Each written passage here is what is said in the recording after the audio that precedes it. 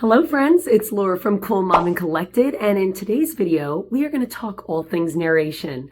I actually got a comment right here recently where somebody asked me about narration, and I thought, you know what? This is a perfect video. And I know you guys want to see more homeschool content, so we're going to talk about it. If you don't know what narration is, or if you're not a Charlotte Mason homeschool family like we are, don't worry, this video is actually really beneficial for you too. Narration is when your child will speak back to you what they have learned or what they know after a particular lesson or a reading. I do this after every subject, and I've done it since the beginning of time that I've been homeschooling. I'm a homeschool mom of 5 children. I have a 7-year-old that is doing Ambleside online. I just did a homeschool Q&A. You can look at that video. I'll link it down below. My 7-year-old has been narrating since he was 6. One of the biggest benefits of narration is that it helps children to engage and connect deeply with what they've read, and then it helps them develop their understanding and communication skills when they're explaining that to mom. As you can see, this even works perfectly for when they start writing. So it just really produces a more confident child, helps them think for themselves. There's so many benefits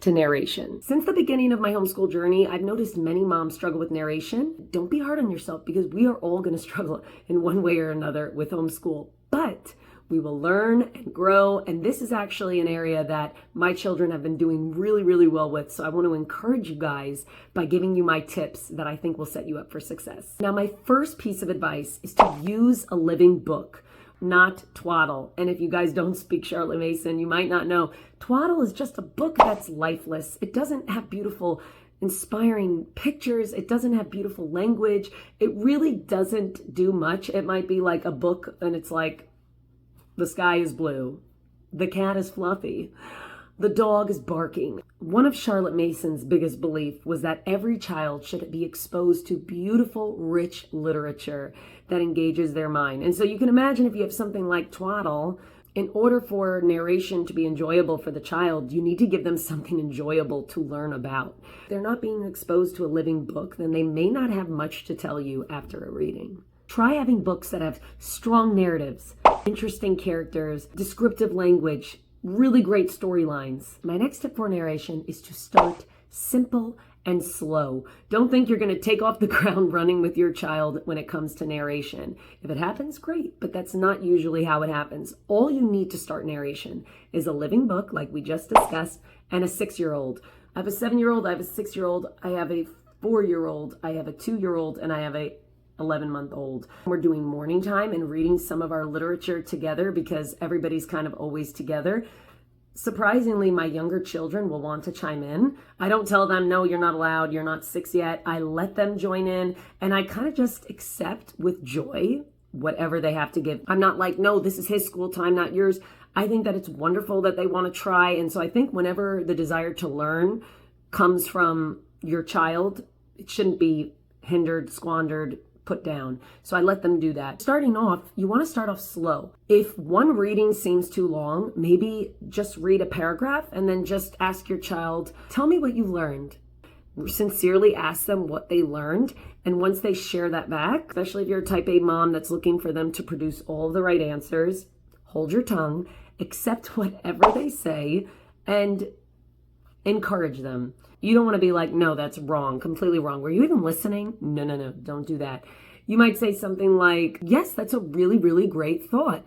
Then if you want to add something, you can add something. As your child becomes more confident with narrations, you can gradually increase the length of the reading. So for instance, now when I'm reading, say, Burgess Animals with my 7-year-old son, and we're learning about different mammals, I can get through an entire reading and then ask him, so tell me what you've learned. And he might tell me something. I'm like, wow, that's really interesting. Like, what else?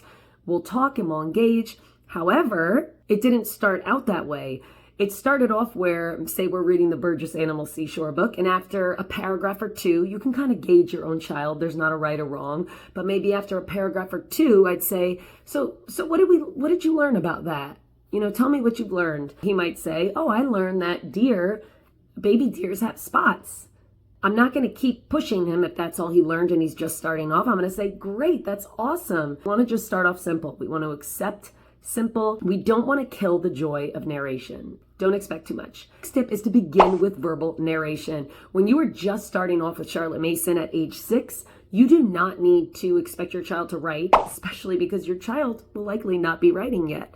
They might be learning to write. Written narration isn't even expected in Charlotte Mason until around grade 4. So if you are just starting out and you're in, first grade, you do not need to worry about pushing any bit of writing with their narrations. Make sure that you just start verbal. Now, maybe you're starting with a 4th grader and this is the first time you're doing narration. I would encourage you not to force any written narration. Start verbal. Just get them kind of thinking after every reading that you do. Kind of get them comfortable with forming their own thoughts. And again, I would probably treat a 4th grader personally. I would give them the same grace as I would give a 6-year-old that's just learning this for the first time, because they're just learning this for the first time as well. Starting with verbal narration will actually help children develop verbal expression and improve their listening and comprehension skills. Meet your child where they are when you're narrating and start with verbal narration. Then you can work your way up to written. The next tip is to allow freedom for how your child narrates. It could be really easy as a mom, especially with the idea of what school is supposed to look like, to get very overcorrective, to kind of want to model every little thing for the child on how they should do, what they should think. We don't want to put words in our children's mouths. Some children may give you a lot of detail while other children really focus on the main points. Neither way is wrong. Let them develop the skill and don't kill it for them. It's really important to respect the way that a child processes and delivers information. If you correct and nag that early on, you're going to kill the joy, you're going to kill their confidence, and you're gonna have a child that's always trying to give you the answer they think you want to hear instead of thinking for themselves. Now, so tell me what you've learned is kind of one casual way that you can start a narration. Once you finish hearing what your child has learned, you can use a lot of fun, open-ended question. It doesn't need to be this robotic interaction, tell me what you've learned. Okay, have a good day. It's not gonna be like that. You can ask questions like, what did you find interesting about this story? Or what do you think you would have done in their situation? Or how do you think you would have felt if this happened to you? You can really have fun with narration. And I think for a lot of people and a lot of moms, where a lot of frustration comes in is when they just do the same repetitive thing with no life. We need to continue to supply life. So that brings up my next tip, which is keep it enjoyable. Narration should be an enjoyable, positive experience. It shouldn't be associated with this obnoxious, stressful task. And so one way that we as parents can prevent doing this is by not rushing your child, especially if you have multiple children or say you're just kind of in an impatient stage of motherhood. We don't want to be rushing our children. Okay, come on. And then what happened? All right, give me something more. Okay, what else? Come on. I mean, we've all been tempted. We've probably all been there, but it's important to not go that route. The reason is it's probably going to produce a lot of anxiety for your child when they're trying to narrate. Again, it's going to kill the confidence, kill the joy. However, if you take the approach of, and I've said this before to my children, I actually really am interested in what you have to say. I'm not just asking you this to ask you. I sincerely love getting your point of view. Could you imagine being a young child and hearing your parent really care about what you have to say? That is what we're trying to make narration. And I can attest that doing this with my children has given us such amazing communication. We don't just narrate in school, we narrate all day. We share with each other what we did, what we've learned, and I'll talk about that later too. But let them learn how to express themselves at their own pace so that they're not discouraged. My next tip is to offer other creative options for narrating. So this is really fun. You don't just have to do verbal or written narrations. I mean, in the beginning, you need to start with verbal, but you can get really creative with your child. If your child likes Legos, you can give them the freedom to create a scene based on the story that they read. If they love painting, you can put a paintbrush in their hand and have them paint what they learned. You can have them draw what they've learned. You can have them make a scene out of Play-Doh or out of Legos, take a picture, and you can document that in their narration notebook. Some kids want to make up a song, a poem, or even a timeline. I mean, you could get really creative, which is the beauty of homeschooling. We have to continue to remind ourselves, moms, that we can cater this around our child. There is no wrong way. There's no wrong way to do this unless you're just killing the love of learning for your child. While the goal is to get them writing their narrations starting in 4th grade, you can really give them a lot of freedom prior to that to get them involved and excited about sharing what they've learned. I think you have to keep time in mind. You know, if we're making a Play-Doh sculpture after every single class, you might run out of time and find that frustrating. It's good to start with the youngest child and work your way up to the top. For instance, if you start at the top with the oldest child and they say everything they want to say, by the time you go down, you might notice that your younger children are just copying your older child. But what I've learned from other moms is you want to start at the youngest child and then, you know, praise them and encourage them. And as you go to the next child and the next child and next child, you want to make it a rule where you can share, but nothing that's been shared before. So that helps the older children to really focus in on what each child is saying, be motivated to pay more attention during the reading, and then to give you something that the other person hasn't given.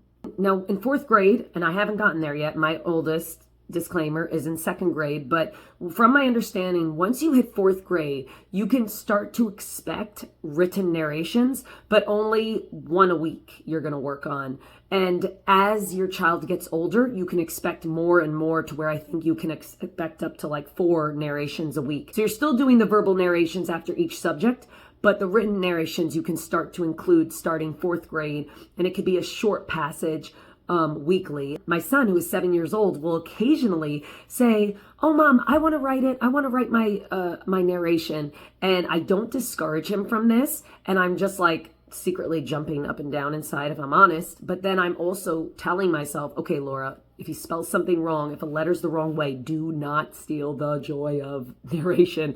Let him do it. Like, the fact that he even wants to write, and even if it's just one sentence, let him write. I let him, but I don't expect it the next week. I'm not like, hey, you asked me to write, you don't want to write again? No guilt trips. If he wants to write before 4th grade, he can, and I'm not going to pick apart anything. I'm just going to like be very proud of him. And then I'm not going to expect anything the next week, if that makes sense. Cool thing about narrations is I have a narration notebook for each of my children. And if you guys want to see the different narration notebooks that I have, let me know in the comments below. I'm happy to make a video about that as well. But you really could use any notebook. Don't get it twisted. You don't need to be fancy. You do want a notebook that is sturdy so that you can, you know, have it over time. I actually write down everything that my child says for narration. Yes, me. It's all me. I have been writing from the beginning everything that my child says after every subject. And this is work for the mom, that it's advantageous because you're able to look over time and see at how well your child has developed. They can also see how far their skills have progressed when you keep a narration journal. And guys, it really is a really sweet keepsake. I mean, you write down word for word what your child says. And so this has been a very, very wonderful thing for us. It is a labor of love for mom. I'm sure some of you are like, what? We can go back and remember what we've learned. And I find that paired with the oral narration really makes sure that we're cementing what we're learning. I really needed to give this tip again because I just believe it will steal all the joy of narration for both the mother and the child. Do not overcorrect your child with narration. Try not to interrupt the flow. Try not to interrupt what they're doing. Your child might make a mistake when they're speaking. They might, say the wrong name of the character. They might get something confused. They might mispronounce something. They might say something that's not completely true at all. Instead of correcting and being quick to correct, I try to be very non-obvious. I'll be like, wow, that's really, really great. And, Samson, which, oh, by the way, his name is Samson. It's kind of hard to remember, but Samson, I'll kind of do it where it's not putting an emphasis on the mistake, correcting them, but without being like, excuse me, sorry to interrupt. His name's Samson, not Slomson, I don't do that. Next is look for opportunities to narrate in everyday life. Like I said, your child may already be doing this and you just don't want to miss the opportunity to cement this idea. We use our nature studies and our artist studies, put them on the wall, and we keep them there right around our table.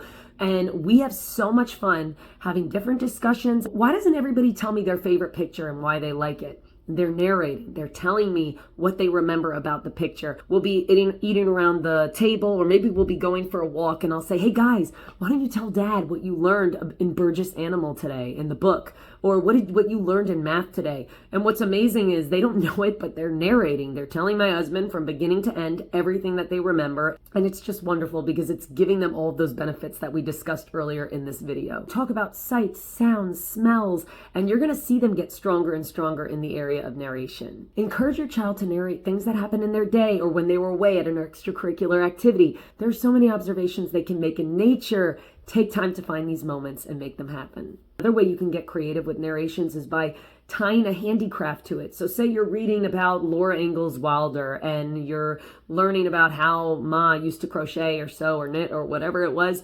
Do that with your child. They could create or model a piece of artwork to bring it back to that story. That's really making narration come to life. And my last tip, guys, encouragement, praise.